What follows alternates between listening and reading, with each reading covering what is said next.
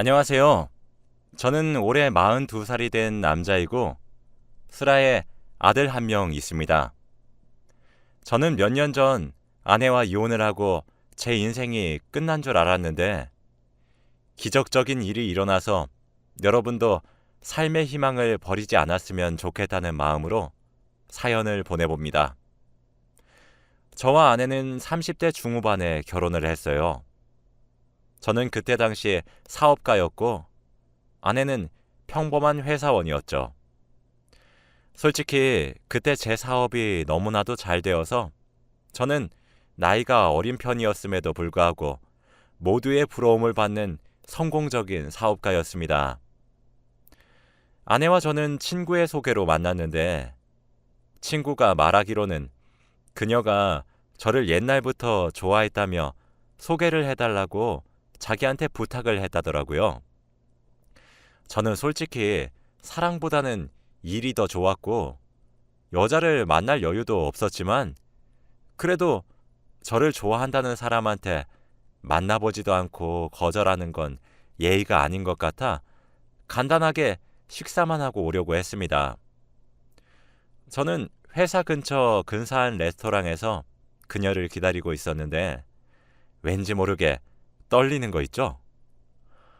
물을 먹으면서 심호흡을 하고 있는 그때 그녀가 들어왔습니다.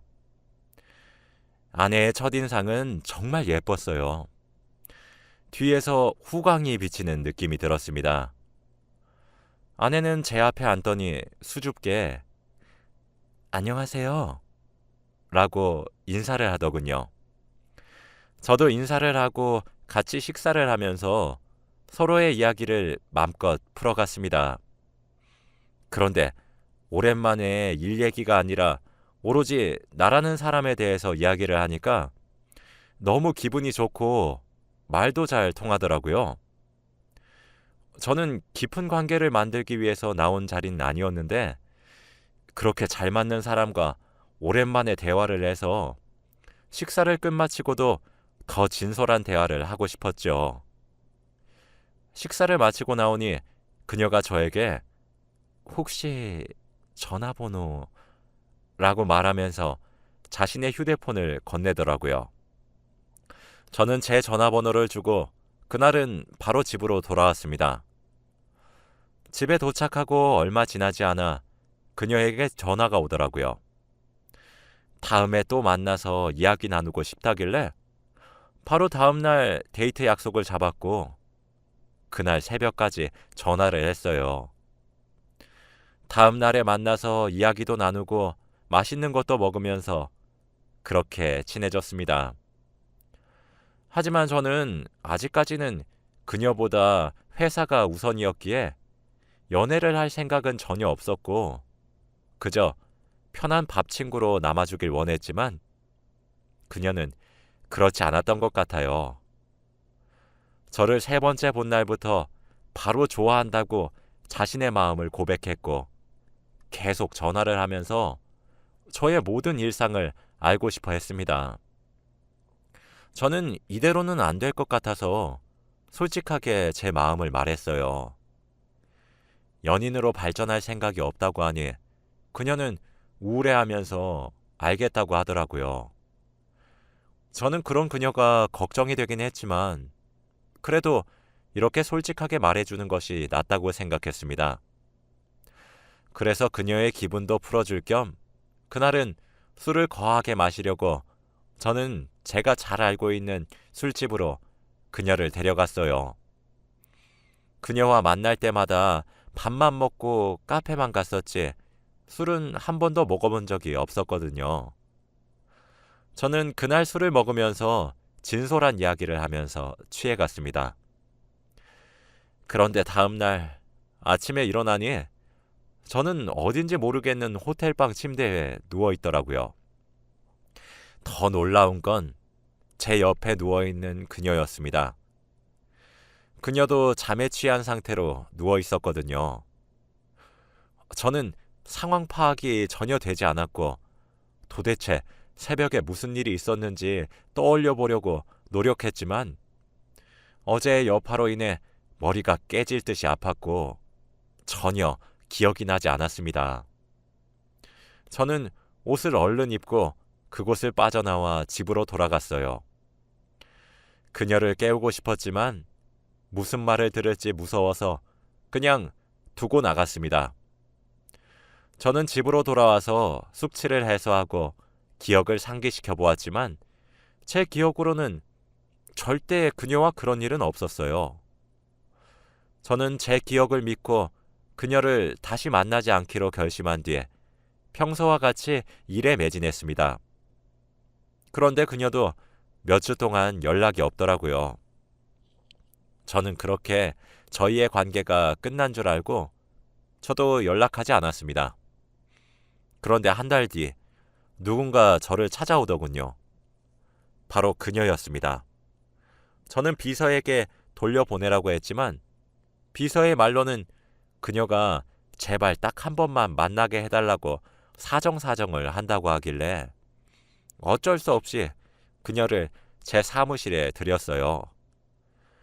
그런데 그녀는 한동안 말이 없다가 테이블에 뭔가를 올렸는데 바로 임신 테스트기였죠. 두 줄이 명확하게 나타나 있었고 저는 멍하니 그것만 바라보고 있었습니다. 그녀는 이제 어떡할 거예요? 라고 한마디를 하더라고요. 솔직히 저는 그날 일 기억이 하나도 나지 않습니다. 죄송한 말씀이지만 제 아이가 맞나요? 무슨 소리를 하시는 거예요? 제가 여기저기 꼬리 흔들고 다니는 여우 같아요? 그쪽밖에 없어요. 아, 그럼 어떻게 하시고 싶은지. 나을 거예요. 결혼해요, 우리.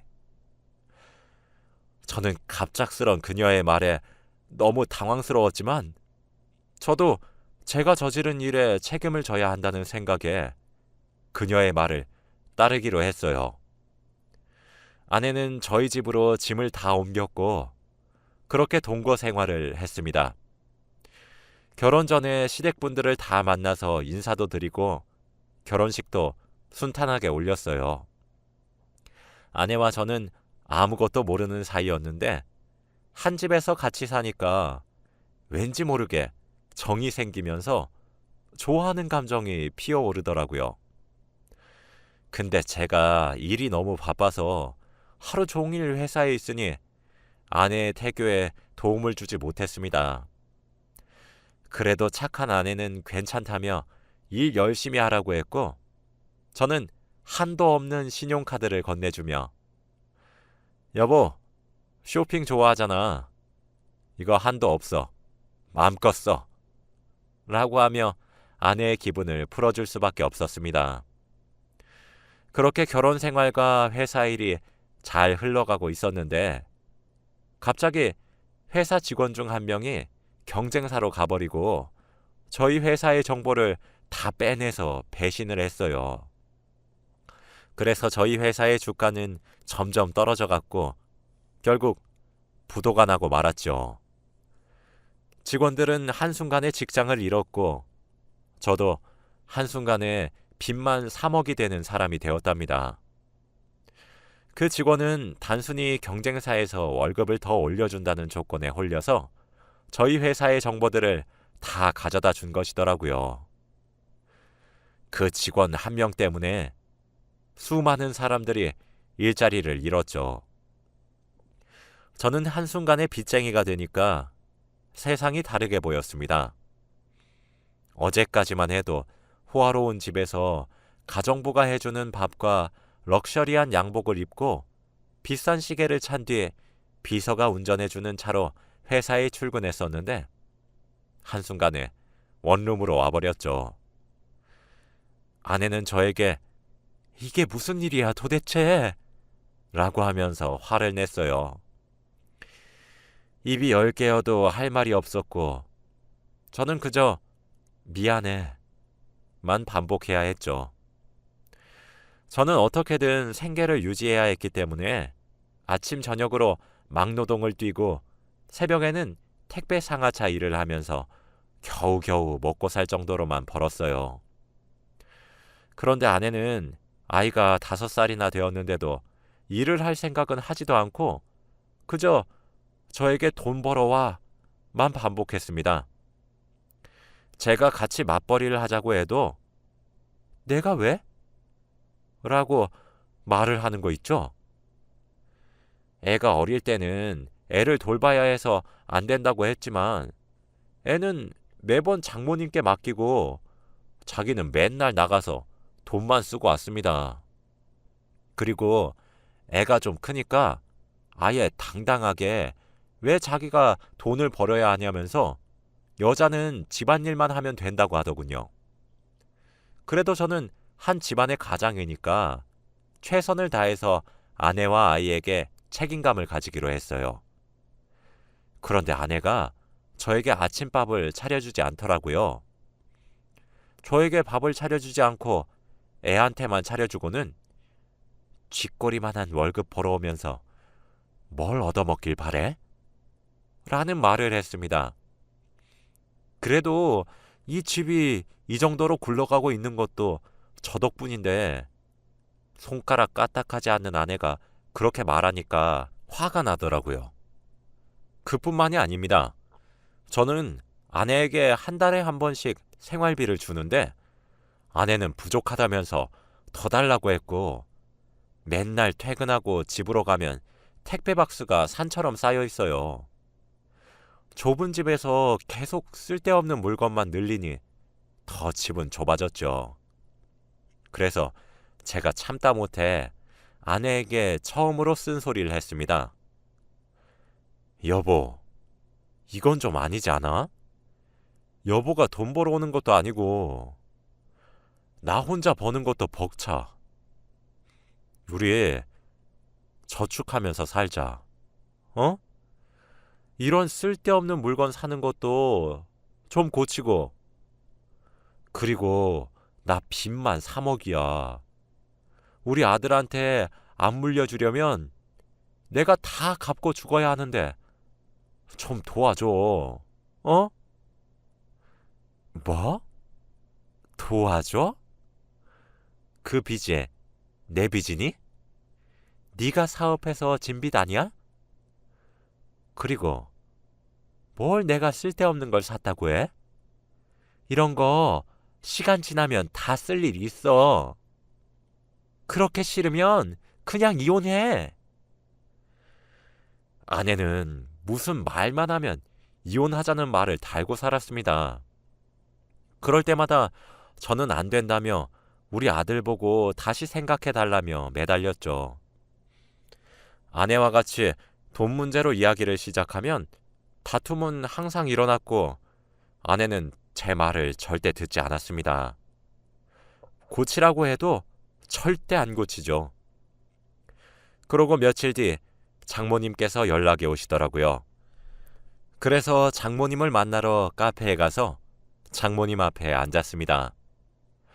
그런 때 앉자마자 장모님이 저에게 물컵에 담긴 물을 제 얼굴에 뿌리시더라고요. 저는 너무 당황스러웠죠. 장모님, 이게 무슨... 김서방, 미쳤나? 우리 딸 고생시키지 않는다며. 김서방이 우리 딸 인생 다 망쳐놓고 이래라 저래라 할 자격 있나? 이렇게 한 집에서 같이 살아주는 것만으로도 감사해야지. 우리 딸 평생 손에 물 한 번도 안 묻히고 살게 해준다길래 그 집으로 시집 보낸 건데 어디서 남자가 말이야 살림하는 여자한테 명령질이야. 이럴 거면 우리 딸이랑 이혼해 라고 하신 뒤 카페를 나가셨습니다. 저는 그때 너무 당황스럽더라고요. 장모님께 한마디도 못 해보고 저는 바로 일을 하러 가야 했습니다. 알고 보니 장인어른이 장모님으로부터 평생 남편 대접 못 받으면서 살아왔더라고요. 시부모님은 집안의 중요한 일은 다 장모님이 결정하셨는데 장모님은 외동딸인 아내한테만 신경 쓰지 장인어른에게는 전혀 관심이 없었고 장인어른은 무슨 일이든 발언권이 없다고 합니다. 저도 장인어른처럼 남편 대접을 못 받고 살 것 같더라고요. 그 뒤로 저는 아내가 뭘 사든 어떻게 하든 단 한마디의 잔소리도 하지 않았습니다. 그런데 아내는 제가 잔소리를 하지 않는 게 괜찮아서 하지 않는다고 생각하는 건지 점점 더 사치를 부리기 시작했고 하다가 명품까지 당당하게 사들이더군요. 어느 날은 집에 들어가니까 못 보던 명품 가방이 눈에 띄었고 어디서 났냐고 물어보니 선물 받았다고 하는 겁니다. 분명 아내의 지인 중에서 이런 명품을 선물할 사람이 없지만 그래도 더 물어보면 장모님께 바로 고자질할까봐 그렇구나 하고 넘겼습니다. 그런데 날이 갈수록 집안에는 명품 물건들이 하나씩 늘어났고 아내도 점점 사치 부리는 가격의 정도가 커졌어요. 여보, 이것들 다 선물 받은 거 맞아? 아이, 맞다니까? 네 월급으로 이런 거 살 수 있을 것 같니? 네 돈 안 건드려. 카드 명세서를 보니 정말로 거액을 청구한 내역이 없어서 다행이라고 생각했어요.